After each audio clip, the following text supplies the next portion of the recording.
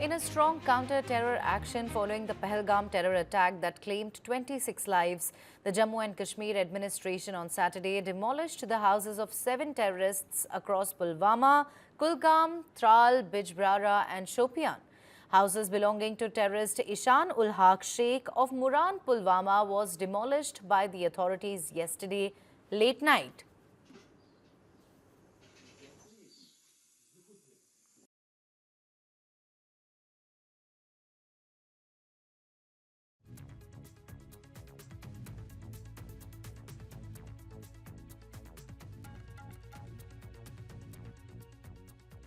Terrorist Zakir Ahmad Gania, active since 2023, was destroyed with a blast in Matalhama.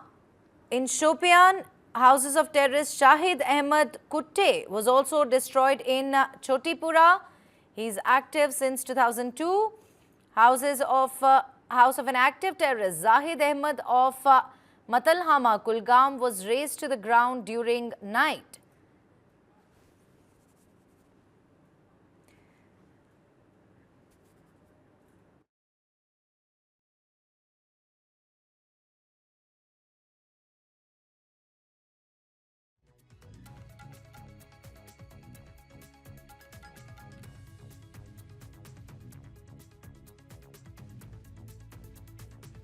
Harris resident of Pulwama, active terrorists there destroyed by security forces. Yesterday, houses of 2 terrorists, Asif Ahmad Sheikh, Tral and Adil Thoker, Bijbehara, were also demolished after their involvement in Pahalgam attack came to the fore. A strong counter-terror action there following the Pahalgam terror attack that claimed 26 lives. Jammu and Kashmir administration there demolished the houses of 7 terrorists across Pulwama, Kulgam, Tral, Bijbehara and Shopian.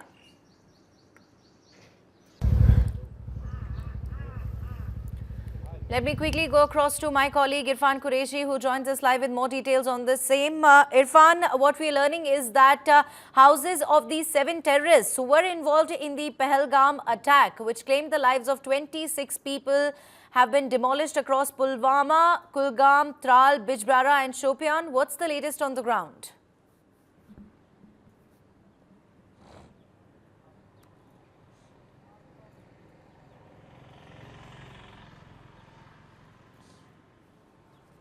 Exactly, Neha. A massive counter-terrorism operation under the strategy of mission against terrorism. A major hunt has been launched across Kashmir Valley against the overground workers as well as the militants who are suspected of having involvement in Pahalgam the terror attack.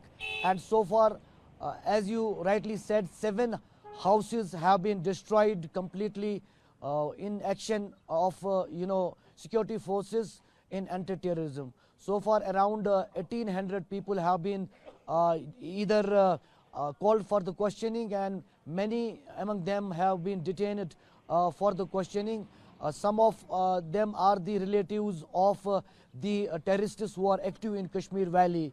The action starts from Kulgam, Tral, Bijbehara, now today in Shopian, Pulwama, where the houses of the terrorists who are active with Lashkar have been razed to ground. And this shows the action is going on against the terrorism from the line of control into the inside hinterland of Kashmir Valley. Especially major operations are going on in South Kashmir, particularly in Kulgam, Pulwama, Shopian and Anantnag. So far, security forces have beefed up the investigation and action as well against the terror network, and the more focus is right now on to nab the people who are on ground, have provided any kind of logistic support to the terrorists who executed this deadly attack in Bison meadows of beautiful Pahalgam Valley. And now there are already clear indications that India is going to take it long, and a befitting and strong reply will be given to the people who have planned this across the border. There are also reports, and Indian Army have confirmed that since last evening, the Pakistani Army is also violating the ceasefire, and they have resorted to small arm firings across the line of control in North Kashmir's Udi sector, Kupwara, Tangdhar and Gurez. And on the other hand, there are back-to-back encounters we are witnessing, like the first one yesterday started in Baramulla, in which 2 militants were killed. Then another gunfight in Kulgam, and yesterday in Bandipora, where 1 militant was reportedly killed. You can imagine the security forces has taken this deadly attack on innocent tourists very seriously, and there is a lot of action on ground in Kashmir Valley from LOC to the inside areas of South Kashmir especially, because it is believed that the terrorists who have executed this deadly attack have done recce of this Bayasaran meadow, where around 2,000 to 3,000 tourists were present at the time when this attack was carried out by the terrorists. Even the people who were shot dead there were lined up, and questions were asked about their details and religion and other things. Then they were killed at point blank range. But in between, the country has to understand that Kashmiri people were first who just swung to action and rescued many of the Indian tourists there, because they believe they are their guests. And there are several videos making rounds on social media where people have been taken by the Kashmiri vendors, shawl makers and the poniwalas on their back, because they were seriously injured till the security forces reached to the steep mountains of this meadow. I can tell you, on the very first day, TV9 was the first to reach the Baisaran meadows, and it took us around 2.5 hours to complete that track of around 6 kilometers, which is above around thousands of feet from the sea level. It is really hectic terrain, because there is no road, and that is why the militants planned and executed attack in this kind of isolated, a kind of mini Switzerland in Pahalgam, where it is surrounded by the dense and huge forest and mountains, and they managed to escape the forest route. So now the security forces and the National Investigation Agency has already taken up the task of investigation and bringing the culprits to the task in their hand, and there are possibilities that very soon this attack will be completely investigated and the culprits will be brought to justice. But on the other hand, the TRF, which is the hand behind this whole unfortunate attack, they just released a press statement saying that the earlier press statement issued by them was a cyber mistake. They have no hand in this. But this clearly shows that the Pakistan and the offshoot organizations like TRF, they are definitely working under the shadow of these offshoots. Actually, it is Lashkar who has done this, and now they have really pressures from across the world, and now Pakistan and the TRF is trying to say that they have not done anything, but it is completely we have enough and sufficient proof. Irfan, we have enough and sufficient proof to prove. We have enough and right, Irfan. Because already. Irfan, please continue to stay with us. In fact, I'm also joined by Major General Ashwini Sivaj, a defense expert. General Sivaj, here, this is the first time that the houses of these terrorists have been demolished. Is this a good strategy that could deter terrorism in Kashmir? Neha, no doubt about it. See, you have to look after the complete ecosystem. And terrorism cannot exist without the support of the local. The point is that overground worker and sleeper cell has to be targeted. You see, the fish cannot survive in the water, and same way, the terrorists cannot survive until they have a support system in terms of overground worker, sleeper cell. And all the terrorists which are there, local terrorists which are in South Kashmir, now if they are utilizing all the facilities what is the deterrence. So you have to create a deterrence in the environment. The complete ecosystem must understand that if you get involved into militancy and terrorism, it is going to affect your family also. It's not that you can have the best of it and you keep on fighting against the Indian state force. So I suppose this is a very good move and this will be a deterrent. See, the point today is, as far as South Kashmir and the Kashmir Valley as such is concerned, there was a peace prevailing. And this is the first time when, such a major attack has taken place against the tourists. Now, tourists are the one which bring a lot of development in this area. The ecosystem very clearly says that this time it was about more than 2 crore tourists which has come. And the moment tourists come, it brings development, it brings a lot of job for the locals. Now, if the terrorists have hit the tourists, it will have an adverse impact on the economy of Kashmir Valley. And that's why you find the people are extremely unhappy about what has happened in Pahalgam. Now, the question comes is that we as Indian forces are now revising the strategy. You have to hit them hard anywhere and everywhere.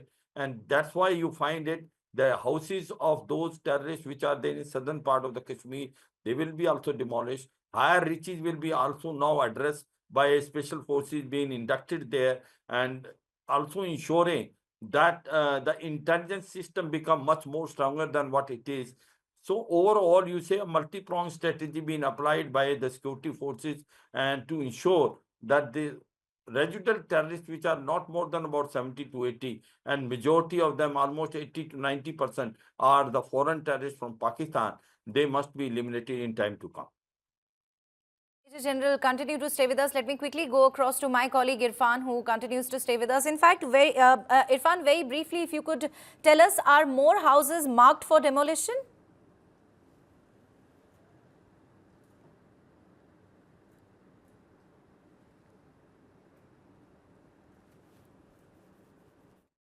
Absolutely, there is a huge list of the active terrorists that has been already prepared. In fact, that was with the security forces since long, and they were initially being attached under UAPA. But now the main focus of security forces is to, act tough against those whose names are, suspected and having any involvement in Pahalgam, and then this act will follow in other parts of Kashmir. Since the National Investigation Agency has taken up the task of investigation along with the J&K Special Operation Groups, they have got some clues, especially some terrorists in parts of Kulgam, Pulwama, Shopian and Bijbehara have hand in providing logistics, arranging recce, providing them the logistic and other information about the tourist destination of this Baisaran, because it was actually, earlier not allowed to visit this part of the Pahalgam because of the high terrain, difficult forests, and it was really sensitive because the movements of the terrorists were reported from this area. Now the objections have in fact already raised and questions are being asked that how the present government led by the Umar Abdullah and the Department of Tourist have opened this area without the consultation and the approval from the security forces. That is one thing, Neha, you must understand and pinpoint this. This is really serious on the part of Umar Abdullah led government, that without any approval from the security forces, this place was opened for the tourists. But now security forces are actually seeking answers from the local administration that how it has happened, that has led to this huge loss. Right. Irfan, we also are getting some breaking news that there is a search operation that is currently underway in downtown Srinagar. What's the latest on that? Very briefly, I request you to tell us the details.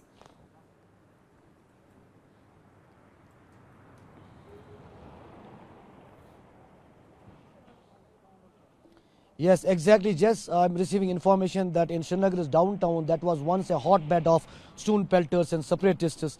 Security forces have launched, a massive search and cordon operation, having some information about presence of OGWs and militant associates, because as you know, there is a massive hunt being launched, already have been launched in South Kashmir, and there are reports that some of the people have migrated to this part of Srinagar.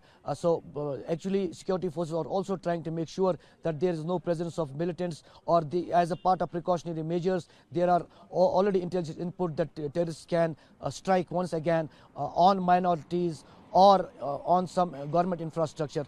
That's why this is the preparation, and to make sure that no anymore there are any militant acts in Kashmir Valley. That is why there is a huge deployment of security forces in sensitive parts of Kashmir. In fact, a day before there was also search carried in the Lal Chowk at the historic clock tower, and the whole market was frisked by the security forces.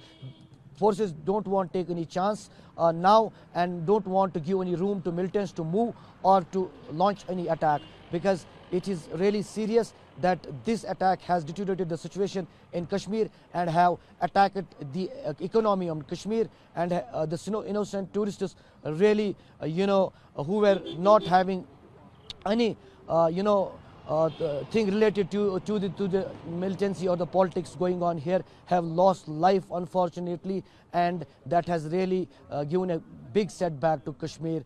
That is why the security forces have clear instructions from the Prime Minister and the Home Minister that zero tolerance against the terrorism should be carried further, and they should intensify the hunt against the culprits. Right. Continue to stay with us, Irfan. Major General Siraj, take a look at this. Take a listen. Take a careful listen. Here, Pakistani Army Defense Attache in London gestured towards Indian protesters to slit their throat publicly. Now, we're talking about Colonel Taimur Rahat of Pakistan Army Air and Army Attache at Pakistan's mission in UK. General Siraj, do tell us, what kind of a uniformed officer publicly gestures throat slitting and celebrates the killing of innocent civilians? It looks like that he's a street thug in uniform. Absolutely. See, Neha, no doubt to this. This is what the true color of Pakistan Defense Forces is. Pakistan Defense Forces is nothing else but a hub center of terrorism. Why terrorism is existing in Pakistan is due to this only, that Pakistan Army is the one which is ruling Pakistan for last 75 years, either directly or indirectly. Now you remember what has happened is that every country has army, but unfortunately in Pakistan the army has a country. The complete powers in Pakistan do not go from Islamabad, but it is from Rawalpindi General Headquarters. And that's why these officers, which are a defense attache, which should be an image of the country, are giving such type of gestures, which is unbecoming of an officer.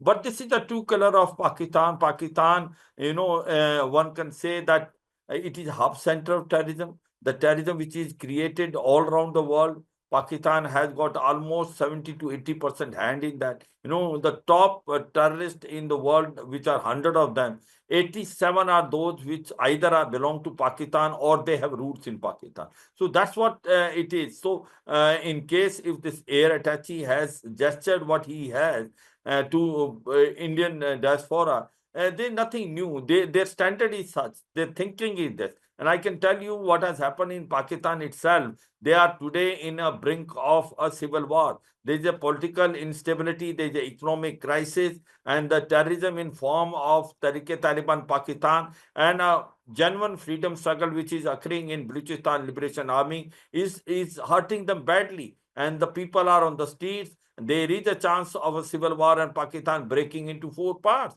Khyber Pakhtunkhwa, Balochistan, Sindh, and Punjab. And POJ and Gilgit-Baltistan, which is illegally occupied by Pakistan, which is legally a part of India, will come back. This is what is going to happen, because Pakistan is now in total chaos and confusion, and they are now trying to divert the attention. That's what all. See, General Asif Munir, being a chief of army staff, how did he give an address to the foreign conventions which were assembled there in Pakistan?